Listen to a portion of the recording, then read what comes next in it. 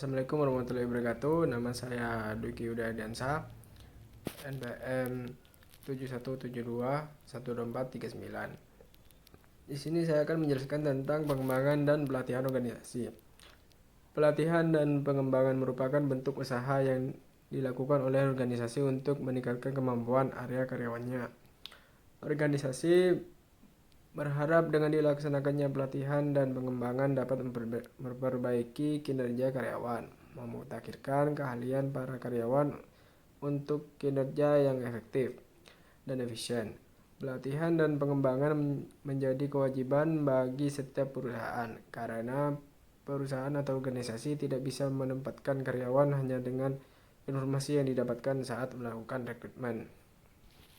Nama saya Agung Pralasukma, NPM 718212676. Saya akan mempresentasikan pelatihan di area internasional. Pelatihan menjadi hal yang penting bagi perusahaan multinasional karena pelatihan sebagai media ability upgrade agar kemampuan karyawan lebih baik sehingga menguntungkan perusahaan di hari-hari mendatang. Ada beberapa jenis pelatihan yang dapat dilakukan di area internasional, antara lain: 1. Pelatihan tim, 2. Pelatihan teknologi, 3. Pelatihan kemampuan, 4. Pelatihan bahasa asing. Assalamualaikum warahmatullahi wabarakatuh. Saya Hilyah Aini Nur, NPM 718212544. Saya di sini akan menjelaskan tentang faktor pelatihan. Yang pertama itu ada kebutuhan organisasi.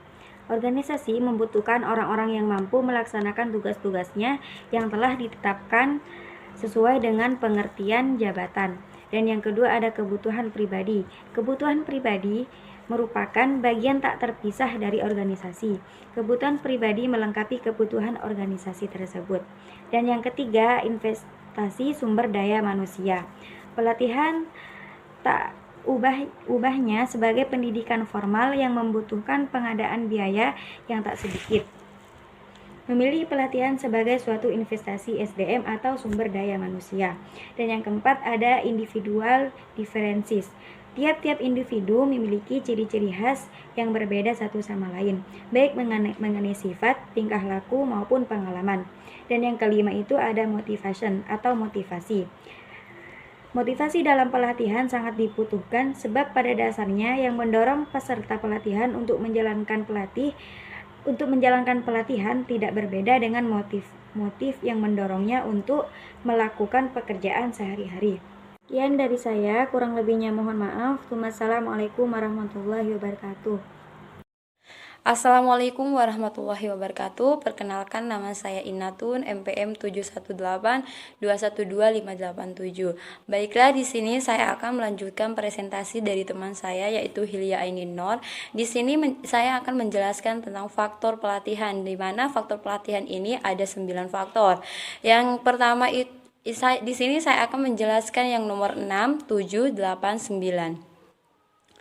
Yang nomor 6 ini menjelaskan tentang active participation. Nah, active participation ini melalui partisipasi peserta pelatihan, maka semakin menyadari masalah-masalah yang dihadapi sehingga ia berusaha memecahkan masalah yang sulit secara bersama-sama. Yang ketujuh ada selective of trainers. Nah, di mana selective of trainer ini seorang pelatih harus mempunyai kecakapan seperti mempunyai rasa tanggung jawab dan sabar akan kewajiban dan lain-lainnya. Yang kedelapan ada trainer training. Nah, di mana trainer training ini adalah seorang pelatih sebelum diserahi tugas sebagai pelatih hendaknya telah mendapatkan pendidikan khusus menjadi pelatih. Yang terakhir adalah nomor 9 yaitu adalah training methods. Nah, di mana training methods ini menjelaskan metode yang digunakan dalam pelatihan harus sesuai dengan jenis pelatihan yang diberikan. Sekian presentasi dari saya. Apabila ada kesalahan mohon maaf. Wassalamualaikum warahmatullahi wabarakatuh. Assalamualaikum warahmatullahi wabarakatuh. Nama saya Umlatun Hasanah, NPM 718212467. Di sini saya akan menjelaskan tentang alasan pelatihan. Jadi, menurut Aryanja, ada beberapa alasan penting diadakan pelatihan. Yang pertama, karyawan yang baru direkrut seringkali belum memahami secara benar bagaimana melakukan pekerjaan. Jadi maksudnya di sini seorang karyawan yang baru bekerja itu masih belum paham secara penuh bagaimana melakukan pekerjaan yang baik dan benar, sehingga pekerjaan yang dilakukan tidak efisien dan tidak efektif. Yang kedua, perubahan-perubahan lingkungan kerja dan tenaga kerja. Perubahan-perubahan di sini meliputi perubahan dalam teknologi proses seperti munculnya teknologi baru atau metode kerja baru. Yang ketiga, meningkatkan daya saing perusahaan dan memperbaiki produktivitas.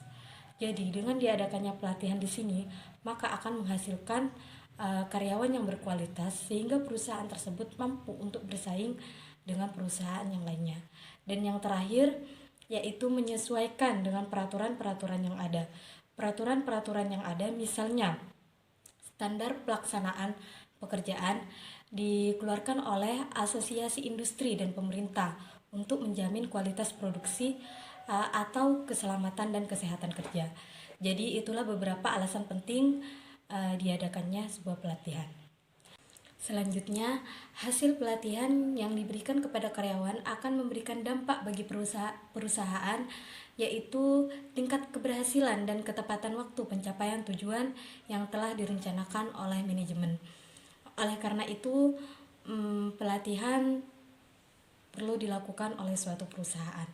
Karena dapat kita lihat sendiri bahwa pelatihan bermanfaat bagi karyawan, yaitu untuk meningkatkan skill dalam menjalankan tanggung jawab yang diberikan oleh perusahaan. Sekian dari saya, kurang lebihnya mohon maaf. Wassalamualaikum warahmatullahi wabarakatuh. Assalamualaikum warahmatullahi wabarakatuh. Nama saya Ahmad Nur Firdansya Ramadan, MBM 718212502. Nah, kali ini saya ke bagian slide ke-8, yaitu tipe-tipe program pelatihan. Yang pertama, tipe-tipe program pelatihan yaitu pelatihan orientasi karyawan baru. Yang kedua, pelatihan keterampilan dasar. Yang ketiga, pelatihan teknis. Yang keempat, pelatihan teknologi informasi. Yang kelima, pelatihan kesehatan dan keselamatan. Yang keenam, pelatihan TQM, yaitu Total Quality Management. Yang ketujuh, pelatihan keterampilan non-teknis. Nah, kali ini saya akan menjelaskan tentang pelatihan-pelatihan tersebut. Nah, pelatihan yang pertama yaitu pelatihan orientasi karyawan baru. Pelatihan orientasi karyawan baru merujuk pada program yang dirancang untuk memperkenalkan karyawan baru akan pekerjaan baru, orang-orang baru di sekitar perusahaan agar bisa bekerja sama dalam organisasi tersebut. Nah, yang kedua, pelatihan keterampilan dasar. Pelatihan keterampilan dasar dirancang untuk menyediakan karyawan dengan keterampilan dasar yang penting dan memperbaiki kemampuan mereka untuk membaca, membuat perhitungan, untuk memasukkan data, dan untuk keahlian pada teknis kosakata yang benar. Yang ketiga, pelatihan teknis. Pelatihan teknis merupakan pelatihan pada keahlian kerja spesifik yang perlu dimiliki semua karyawan untuk pekerjaan mereka. Yang kelima, pelatihan teknologi informasi, yaitu pelatihan teknologi informasi merujuk pada pelatihan komputer dan sistem komputer. Yang keenam, yaitu pelatihan kesehatan dan keselamatan kerja. Kesehatan dan keselamatan kerja telah menjadi kebutuhan yang semakin meningkat di banyak organisasi. Pelatihan tersebut merupakan hal penting bagi semua karyawan karena untuk bisa mengantisipasi semua kondisi ataupun ancaman yang akan mereka hadapi saat bekerja. Nah, selanjutnya itu pelatihan TQM, Total Quality Management, yaitu merupakan proses sistematik akan perbaikan yang berkelanjutan mengenai kualitas barang dan jasa. Selanjutnya yaitu pelatihan keterampilan non-teknis. Pelatihan keterampilan non-teknis atau soft skill adalah keterampilan yang dibutuhkan untuk bekerja dan berinteraksi secara efektif dengan orang lain, seperti keahlian berkomunikasi, keahlian interpersonal, keahlian manajemen konflik, keahlian bernegosiasi, keahlian problem solving, dan lain-lain. Terima kasih, dan selanjutnya akan teman saya yang akan menjelaskan slide berikutnya. Terima kasih. Wassalamualaikum warahmatullahi wabarakatuh. Baik, assalamualaikum warahmatullahi wabarakatuh. Perkenalkan, nama saya Syahril Rizal. Saya akan melanjutkan slide yang dibacakan oleh teman saya Ahmad Ferdiansyah maksud saya. Baik, langsung ke pembahasan ya. Di sini ada beberapa macam pelatihan. Yang pertama ya, di sini ada tim training, di mana tim training ini adalah program pelatihan yang dirancang untuk meningkatkan fungsi dan efektivitas tim di area seperti komunikasi, koordinasi, monitor, mutual kinerja, pertukaran feedback, dan adaptasi berbagai tuntutan situasional. Nah, juga di sini ada sales training ya. Sales training ini dapat kita diartikan di sini bahwa sales training itu harus mempunyai jiwa profesional. Sales profesional harus mengembangkan keahlian yang berbeda untuk berhasil di lingkungan penjualan yang bersaing dewasa ini. Mereka perlu untuk lebih memiliki pengetahuan mengenai produk dan bisnis mereka.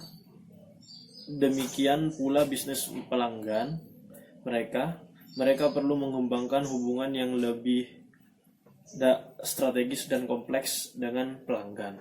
Nah, dari sini ada pelatihan customer service ya. Pelatihan customer service ini merupakan kunci untuk memastikan kembalinya pelanggan. Maka merupakan hal yang penting bahwa karyawan frontline atau customer service memiliki keahlian dan kemampuan dan berinteraksi dan berkomunikasi secara efektif dengan pelanggan dan menyediakan mereka dengan jasa yang sangat baik. Di sini diartikan bahwa pelatihan customer service itu harus mempunyai keahlian di dalam berkomunikasi dengan baik,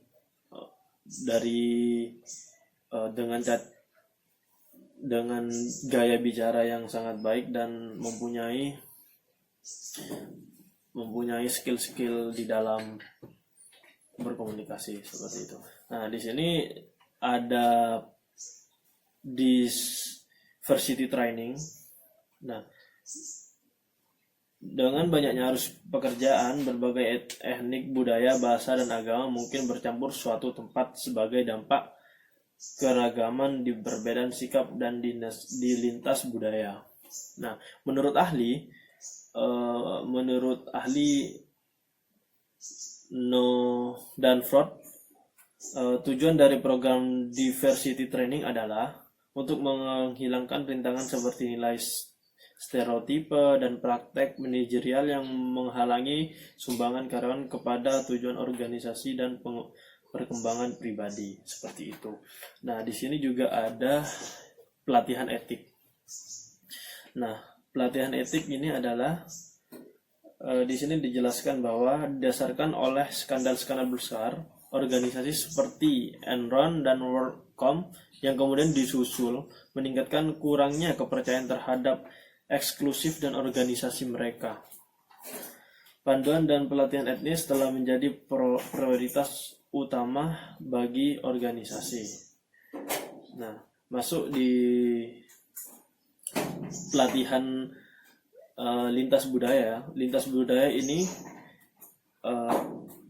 pelatihan lintas budaya dirancang untuk mempersiapkan karyawan untuk penugasan luar negeri dengan berfokus pada pengembangan keahlian dan sikap yang dibutuhkan untuk interaksi yang berhasil dengan orang-orang dari latar belakang yang berbeda. Jadi di sini pelatihan ini dituntut untuk kita harus mempunyai keahlian di dalam pengembangan dalam keahlian di lintas budaya, tentunya di luar negeri. Ketika ada semacam turis datang ke Indonesia, kita harus bisa mampu untuk menerapkan komunikasi dengan baik dengan lintas budaya itu. Mungkin hanya itu yang dapat saya sampaikan. Mungkin yang selanjutnya akan dilanjutkan oleh teman saya. Terima kasih. Assalamualaikum warahmatullahi wabarakatuh. Perkenalkan, nama saya Puspita Dewi, NPM 718212469. Nah, di sini saya akan melanjutkan presentasi dari pemateri sebelumnya, dan materi yang akan saya sampaikan adalah mengenai pengembangan organisasi. Pengembangan organisasi merupakan suatu sarana untuk mencapai tujuan organisasi. Suatu organisasi juga senantiasa dapat menyesuaikan diri dengan perkembangan zaman. Menurut Weidelfried, pengembangan organisasi merupakan suatu usaha jangka panjang dan bukan usaha jangka pendek. Dalam arti pengembangan organisasi adalah suatu usaha terus-menerus atau berkelanjutan dan suatu kesediaan untuk melakukan perubahan secara berkelanjutan.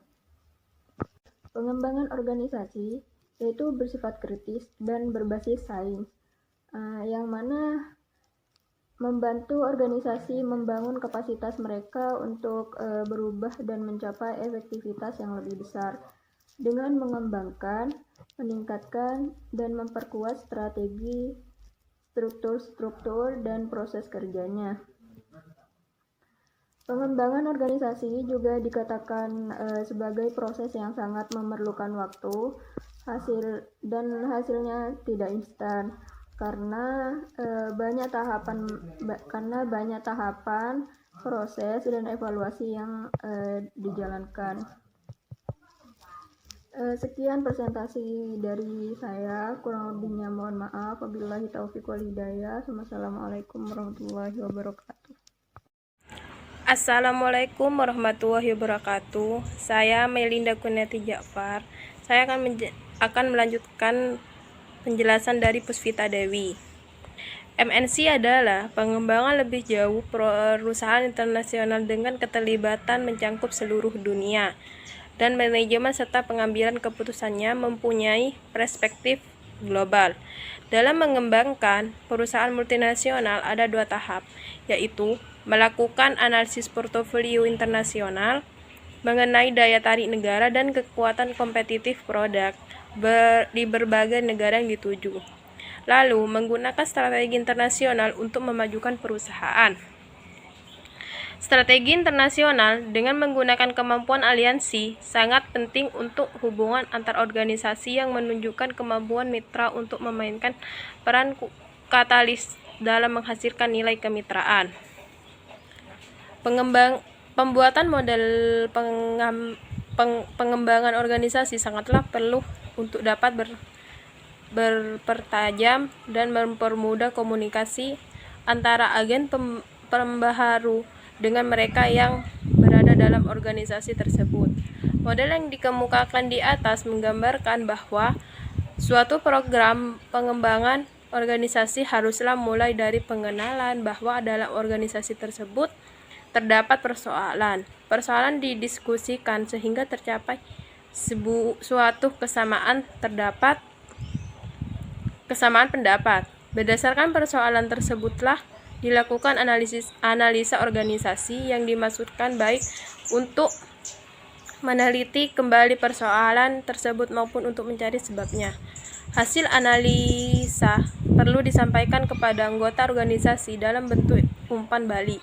Selanjutnya, tanggapan terhadap umpan balik tersebut dapat digunakan untuk mengembangkan strategi perubahan. Kemudian strategi tersebut dilaksanakan dalam bentuk intervensi nyata untuk kemudian diukur dan dinilai hasilnya, dan pada akhirnya disampaikan berupa umpan balik. Dari uraian tadi, maka model pengembangan organisasi memiliki manfaat sebagai berikut, yaitu berguna untuk lebih dapat memahami persoalan dan organisasi itu sendiri. 2. Bermanfaat untuk lebih memahami faktor-faktor yang dapat mempengaruhi timbulnya suatu persoalan dan usaha pemecahannya. 3. Bermanfaat untuk menyusun langkah-langkah tindak dalam melakukan pengembangan organisasi. Terima kasih.